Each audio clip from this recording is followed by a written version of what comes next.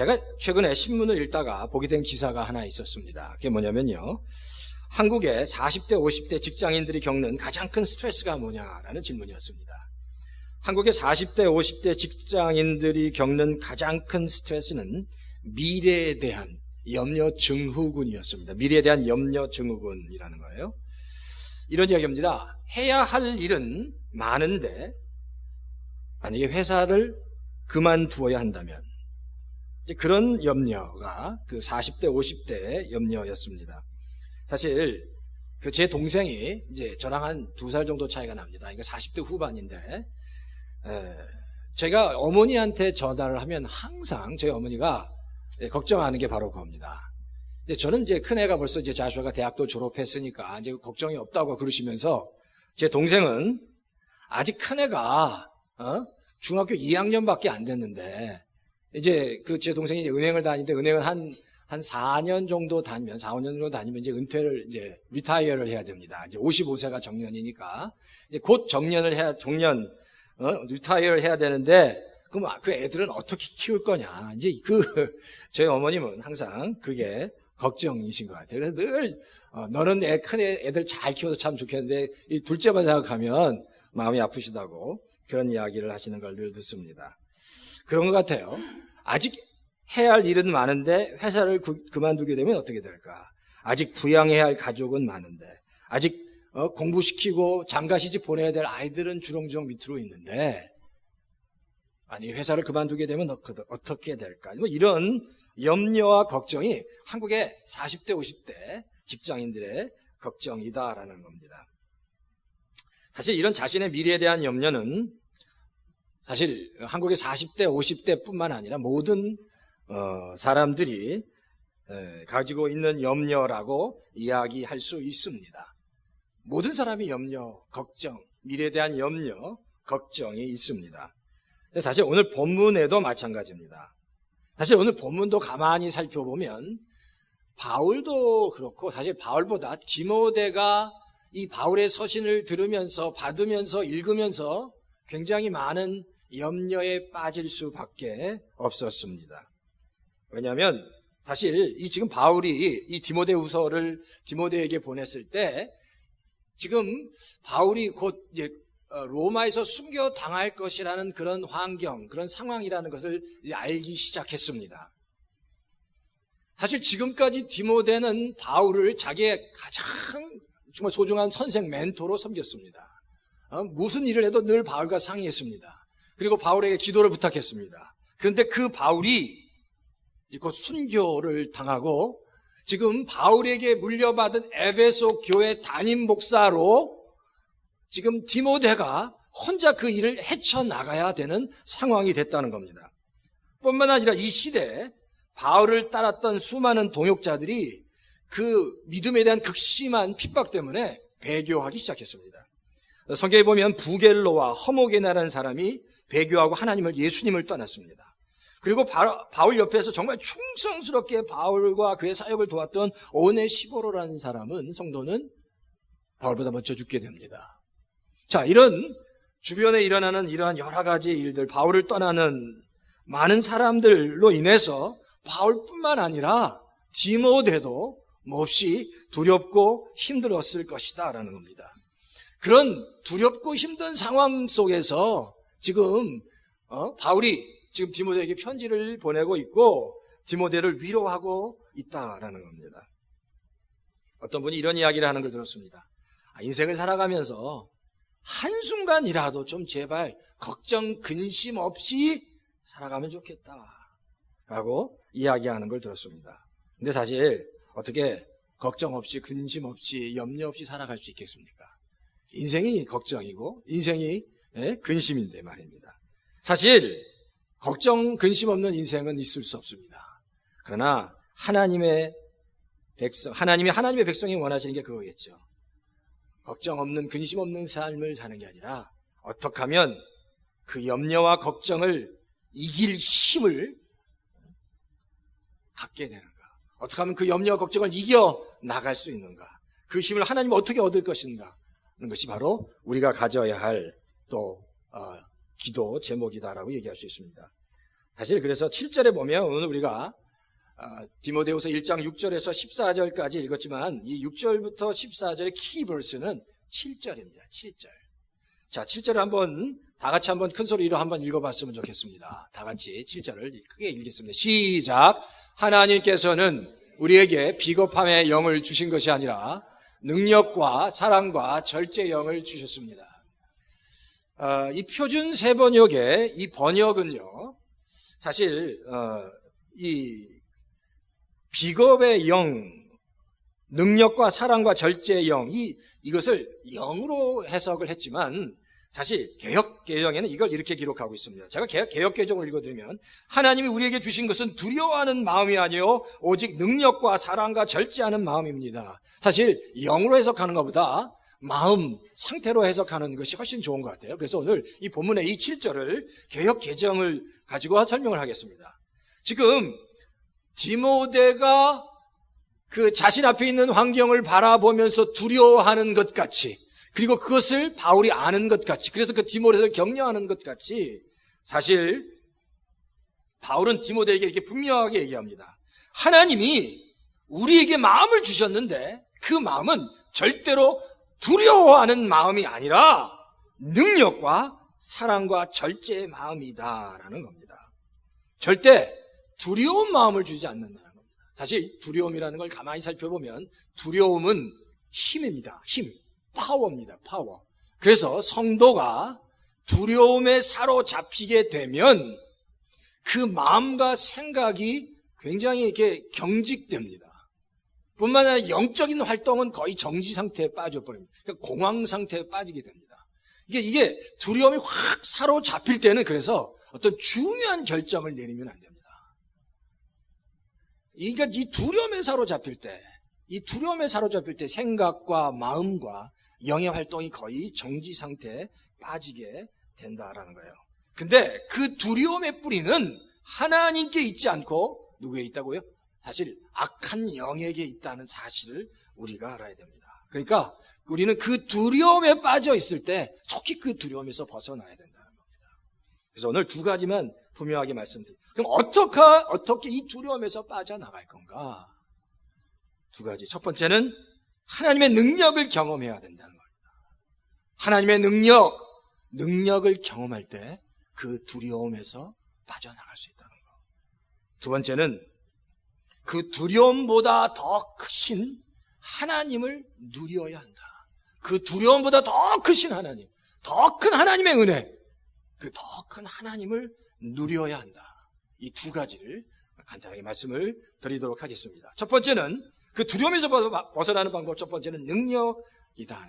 또 다른 말로 얘기하면 하나님의 임재입니다. 하나님의 임재 가운데 들어가는 겁니다.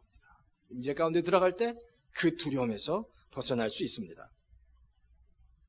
성경에 요한복음 20장에 보면 그 부활한 예수님을 만나는 제자들이 나옵니다.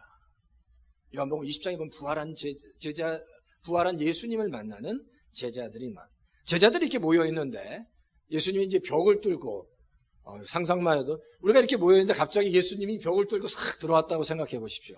거의 이제 그런 상황에서 사람들은 깜짝 공포에 휩싸였을 겁니다. 근데 누가 휙 하고 들어왔는데 그분이 3년 동안 같이 사역했던 예수님이셨습니다. 근데 그 자리에 도마가 없었어요. 그래서 제자들이 그 예수님 부활한 첫날 이제 제자들에게 나타나시고 나서 제자들이 같이 모여서 또 얘기하는데 도마가 그 자리에 없었으니까 나는 못 믿겠다. 그래서 예수님이 한 번 더 도마가 있을 때 나타나셨습니다. 그러면서 그때는 창자국, 못자국을 친히 보여주시면서 이제 거기에 예수님이 나타나셨다는 겁니다. 근데 그 사건을 가만히 면밀하게 살펴보면 그렇게 부활하신 예수님을 만났는데 제자들에게 일어난 변화가 전혀 없다는 겁니다. 뭔가 부활한 예수님을 만났다면 그 제자들이 다시 힘을 막 얻고 다시 한번 뭔가 이렇게 으쌰으쌰 할 수 있어야 되는데 여전히 부활한 예수님을 만났는데 여전히 제자들은 더 두려움에 떨었습니다. 더 숨었습니다. 그리고 요한계시록 21장에 보면 베드로는 나는 이제 업으로 다시 돌아가겠다. 고기 잡으러 갈릴리로 가버립니다. 그리고 또 다른 제자들은 다 자기 갈 길로 다 흩어졌다라고 성경은 기록하고 있습니다. 다 흩어졌습니다.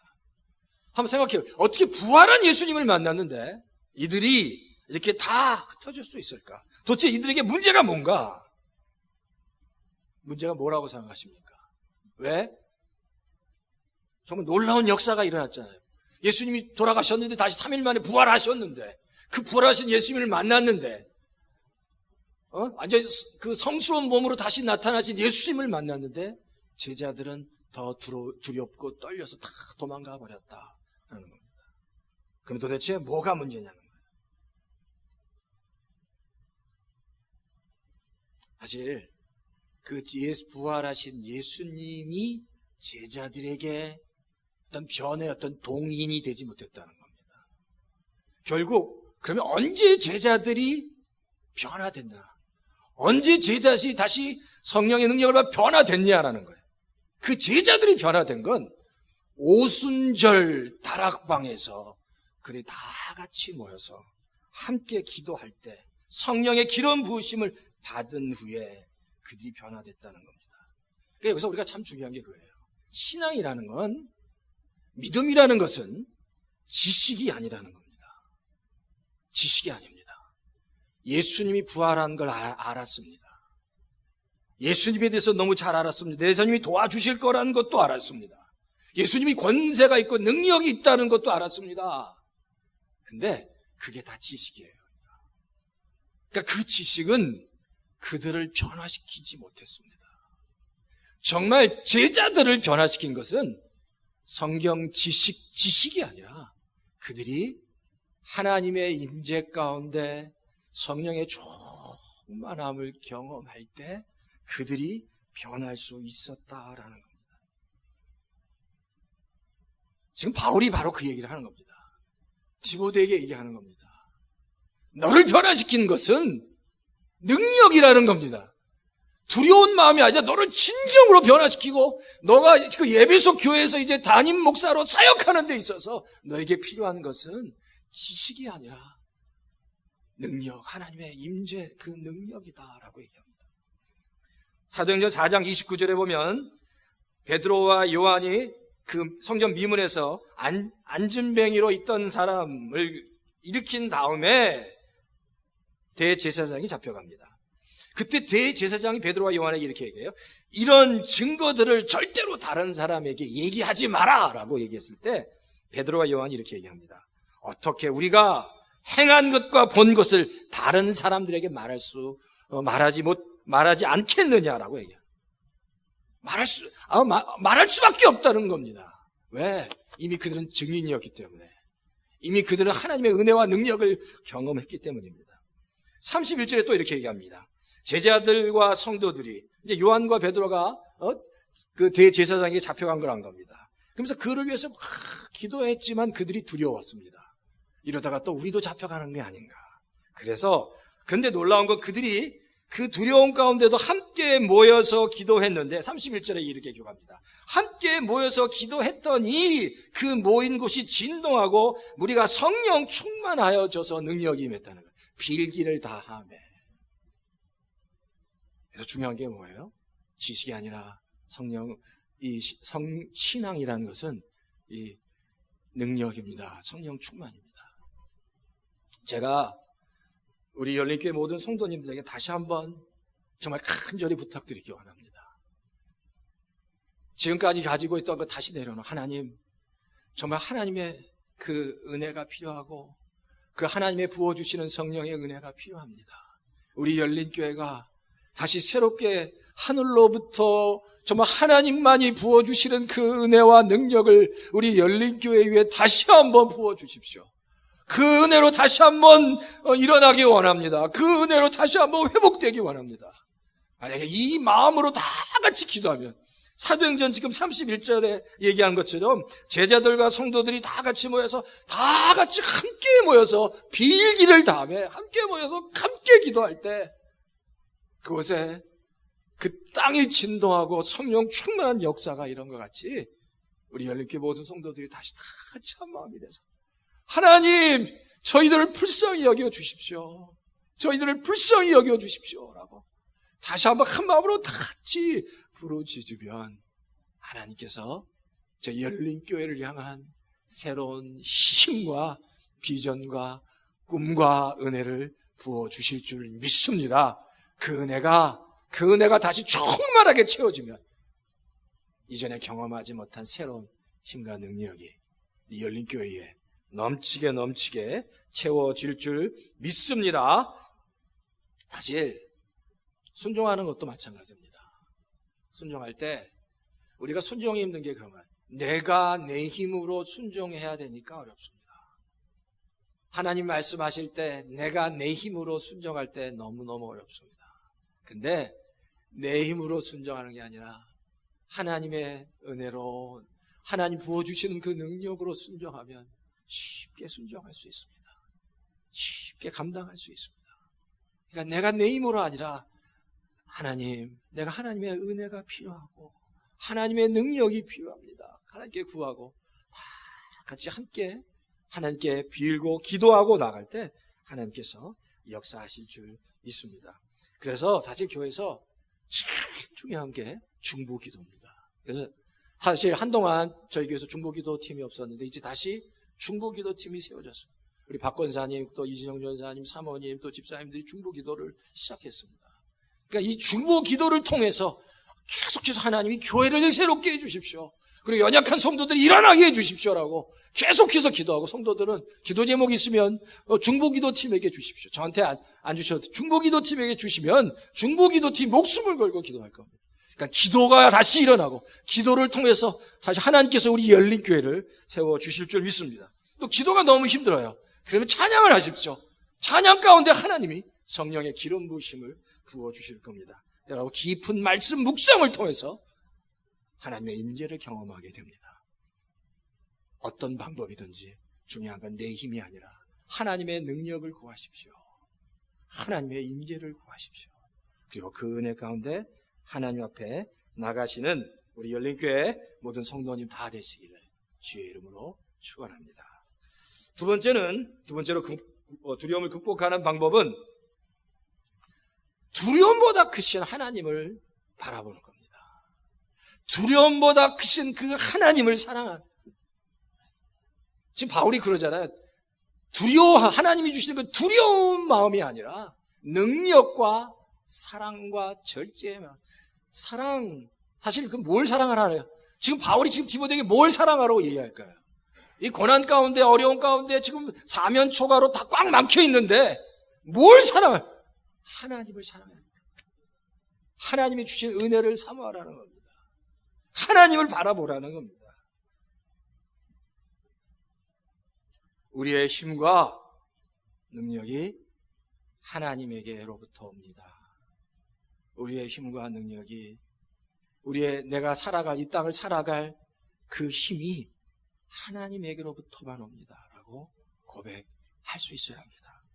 그리고 세상이 주는 모든 것이 다 끊어지고 그 하나님에 대한 그 하나님만이 나의 유일한 힘입니다, 능력입니다라고 하나님을 바라는 성도를 통해서 하나님은 하나님의 귀한 놀라운 능력들을 보여주신다는 겁니다. 이사야서 6장을 보면 이사야가 환상 가운데 하나님을 만나는 장면이 여기 나옵니다. 근데 보세요. 이사야가 하나님을 만나는데 거기 아주 중요한 뭔가 단서를 이사야가 영광 가운데 그 보좌에 앉아 계신 그 천사와 스랍들이 날아다니면서 하나님을 향해서 거룩하다 하는 그 엄청난 광경을 보는, 그 환상을 보는 그 장면, 아주 중요한 클루가 하나 있습니다. 이사야서 6장 1절에 그 환상을 볼 때 우시야 왕이 죽었던 해라고 얘기합니다. 우시야 왕이 죽었다는 거예요. 도대체 우시야 왕이 죽은 거랑 이사야가 그 환상을 본 거와 무슨 차이냐는 거예요.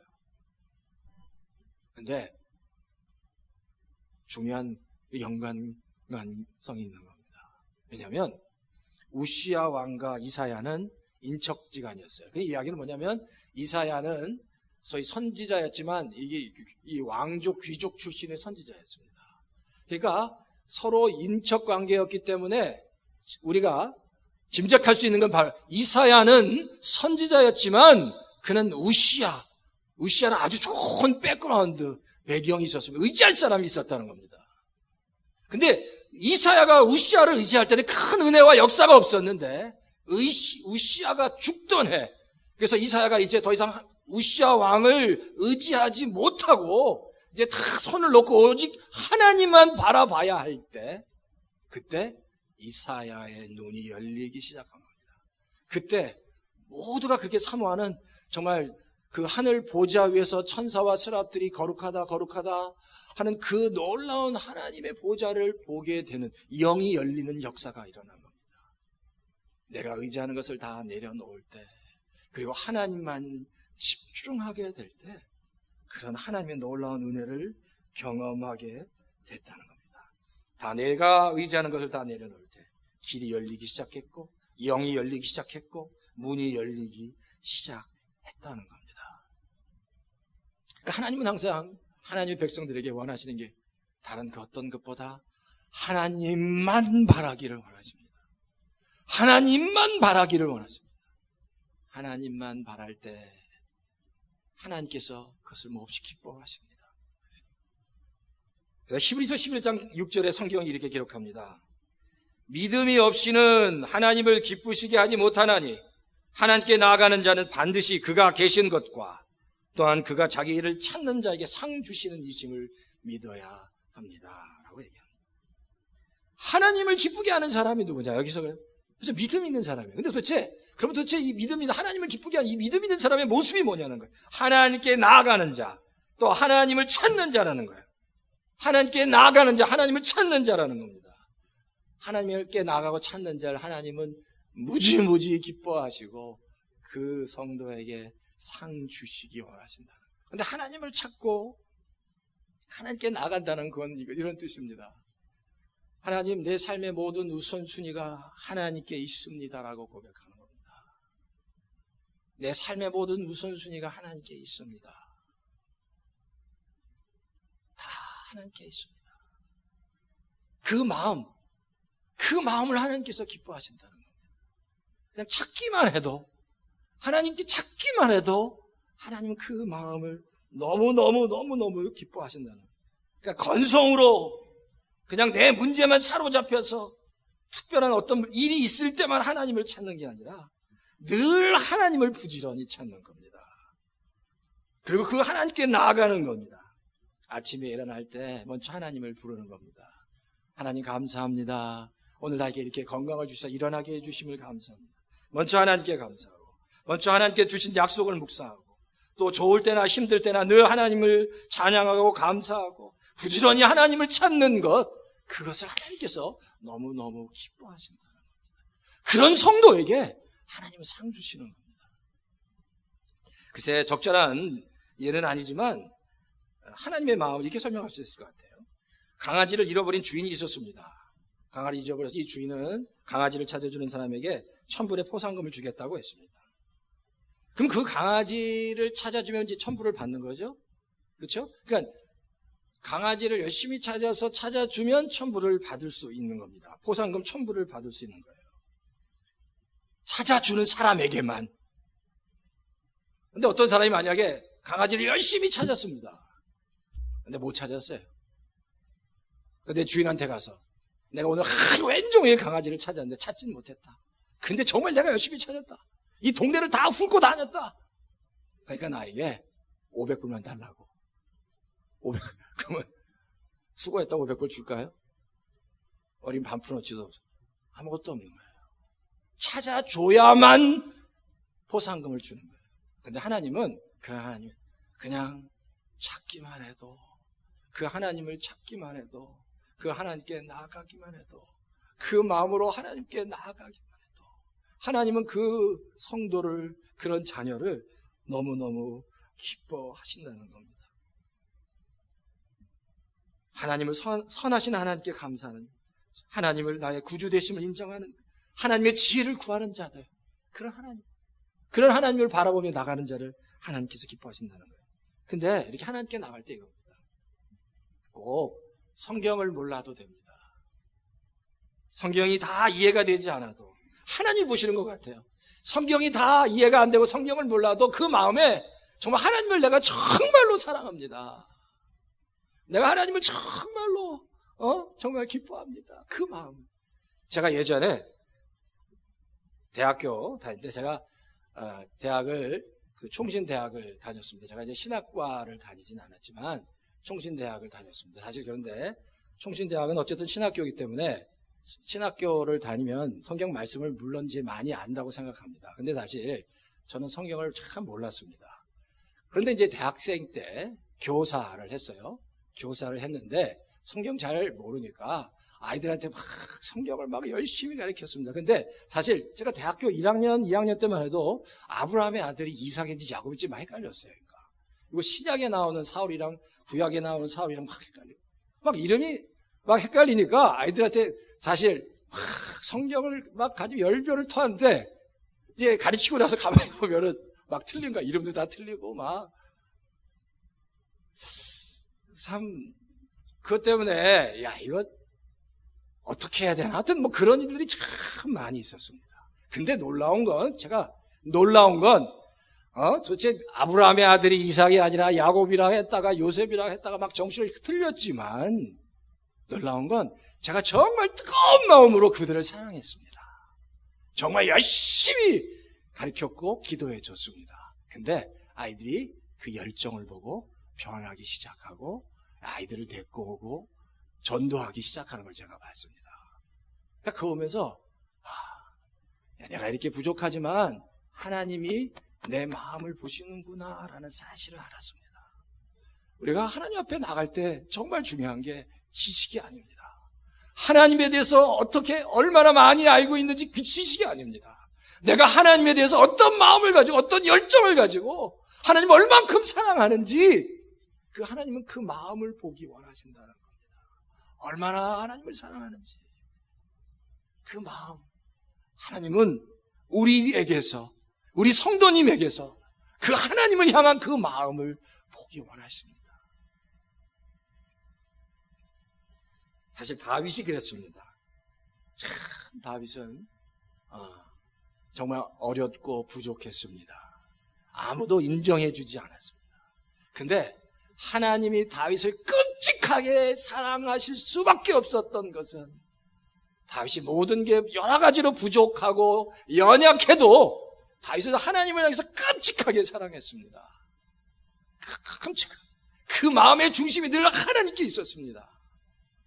그래서 뭐 어느 곳에 있든지 그리고 그 사울에게 그렇게 극심한 핍박과 고난을 당해도 다윗의 입에서 하나님을 향해서 좀처럼 원망의 노래가 나오지 않았습니다. 다 하나님이 알아서 하실 줄 믿습니다. 그러니까 이 다윗은 하나님을 그렇게 끔찍하게 사랑했다는 겁니다. 이 열린교회 성도 여러분, 참 하나님이 우리에게 우리 열린교회 보시고자 하시는 게 바로 이런 마음인 것 같아요.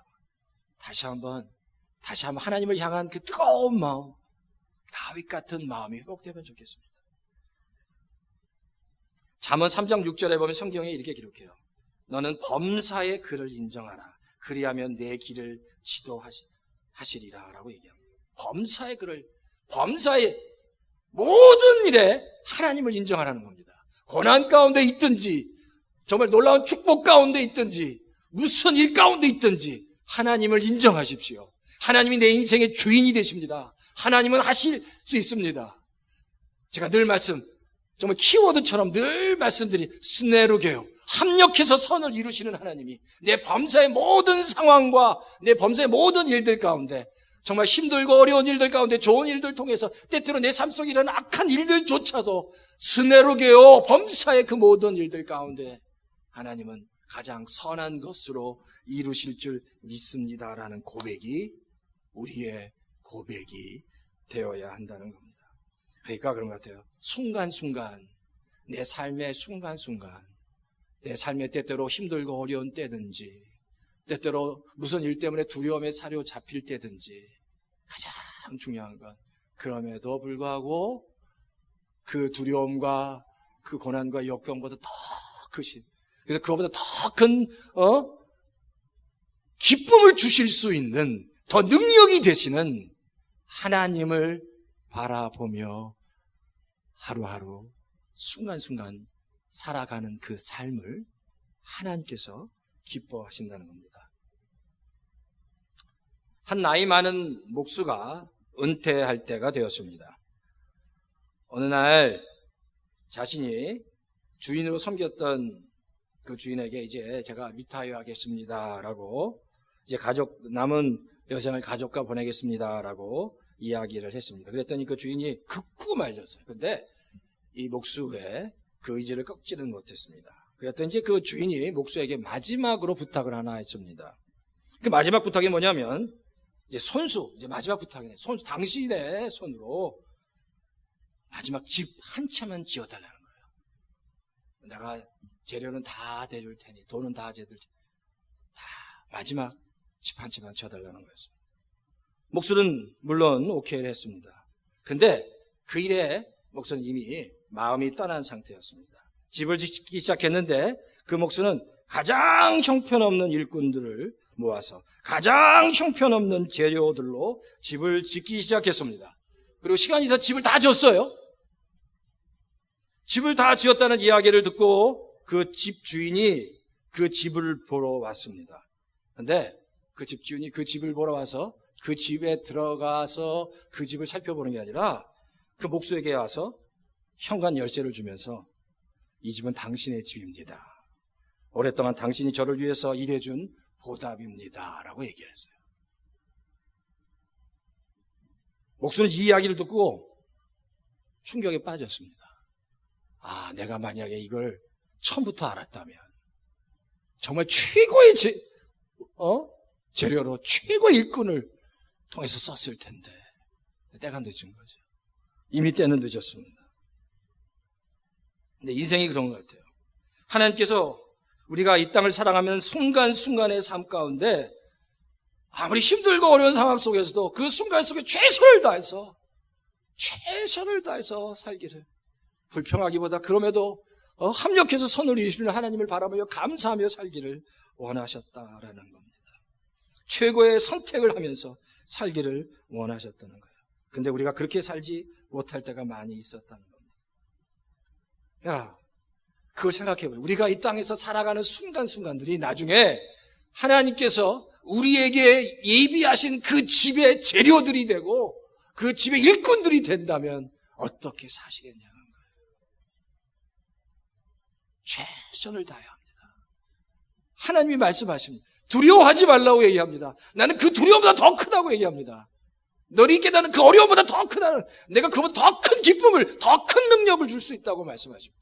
절대 내가 너희에게 주는 것은 두려워하는 마음이 아니라 능력이다, 사랑이다, 철저하는 마음이다. 그 하나님을 바라보라고 말씀하고 있습니다. 우리는 정말 순간순간 최선을 다해서 하나님을 바라봐야 합니다. 나를 정말로 사랑하시는, 나에게 가장 좋은 것을 주기 원하시는 그 하나님을 바라봐야 됩니다. 그리고 그 하나님을 바라보고 최선을 다해서 감사하며 살아갈 때 나중에 하나님께서 정말 기뻐하시는, 우리를 보면서 우리 열린교회 성도님 한 분 한 분을 보고 정말 기뻐하시면서 쓰다듬어 주시면 정말 그런 날이 올 줄 믿습니다. 히브리서 11장 6절의 말씀 다시 한번 읽어드립니다. 믿음이 없이는 하나님을 기쁘시게 하지 못하나니 하나님께 나아가는 자는 반드시 그가 계신 것과 또한 그가 자기를 찾는 자들에게 상 주시는 분이신 것을 믿어야 합니다. 라는 것을. 나가고 찾는 자에게 상 주시는 하나님, 그 하나님을 바라보고 이번 한 주간도 승리하시는 우리 열린교회 모든 성도님 다 되시기를 주의 이름으로 축원합니다.